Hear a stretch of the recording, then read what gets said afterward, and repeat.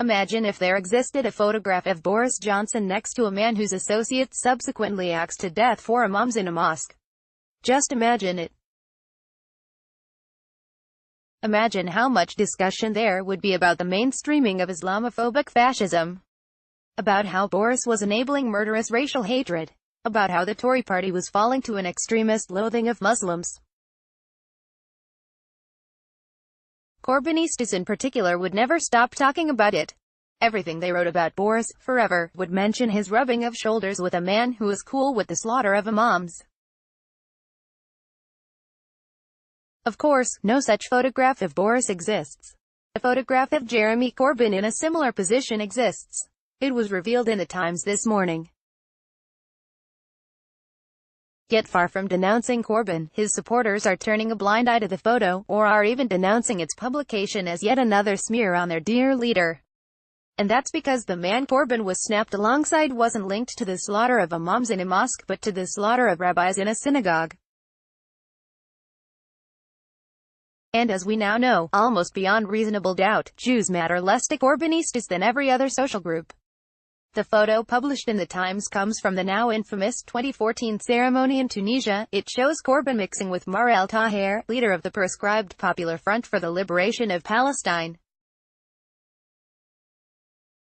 This was an often ruthless terror group.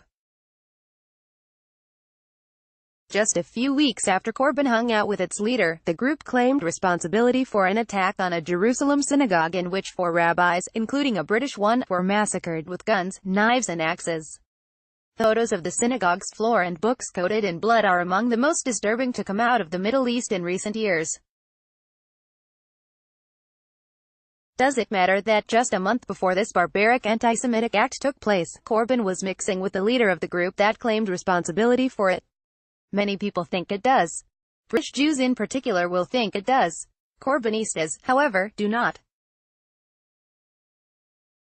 That's what happens when you are interested in global peace and justice for Palestinians, they say. You find yourself in the company of less than pleasant people. Try to grasp the perversity of this argument. Corbyn is such a peace-loving, justice-pursuing politician that he inevitably finds himself mingling with a man whose terror group sliced to death 4 religious preachers. Makes sense. What is now most striking about the Corbyn movement's brushing aside of every revelation about their leaders' former associations, and their downplaying of the problem of left-wing anti-Semitism more broadly, is the double standards. The in-your-face double standards. So Boris is a borderline fascist merely for making fun of the burqa, yet Corbyn is a man of justice despite hanging out with someone whose group slaughtered 4 rabbis in cold blood. Even to retweet Steve Bannon is to risk being branded a Nazi sympathizer, but to help lay a wreath for a founder of the group that murdered Israeli athletes in 1972, for the crime of being Israeli, is okay. Or consider the double standards on freedom of speech. Corbynistas don't give a fig about freedom of speech, on any issue, especially when it comes to things like Islam or transgenderism. Criticize either of those ideologies and they will instantly denounce you and have you hounded out of polite society. But on Israel, on the Jewish state, suddenly freedom of speech becomes important to them. The Corbyn crew is reluctant to adopt DINFL, the International Holocaust Remembrance Alliance's definition of anti-Semitism, because they think it will undermine the freedom to denounce and mock and ridicule Israel.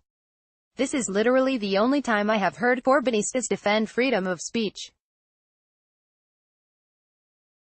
The only freedom that excites them is the freedom to say Israel is foul, Israeli leaders are Nazi-esque, and British Jews might be a tad disloyal to Britain. As I say, double standards. Jews and Jewish issues are always treated differently by Corbynistas. And there's a word for that: prejudice. If you attack people for making mild gags about burqas but shrug your shoulders over people who mix with men whose associates murdered Jews in a synagogue, if you say freedom of speech is unimportant except when it comes to the freedom to call into question the legitimacy of the Jewish state, then you are sending a quite extraordinary message into the public sphere. Jews are different. They're fair game. Screw them.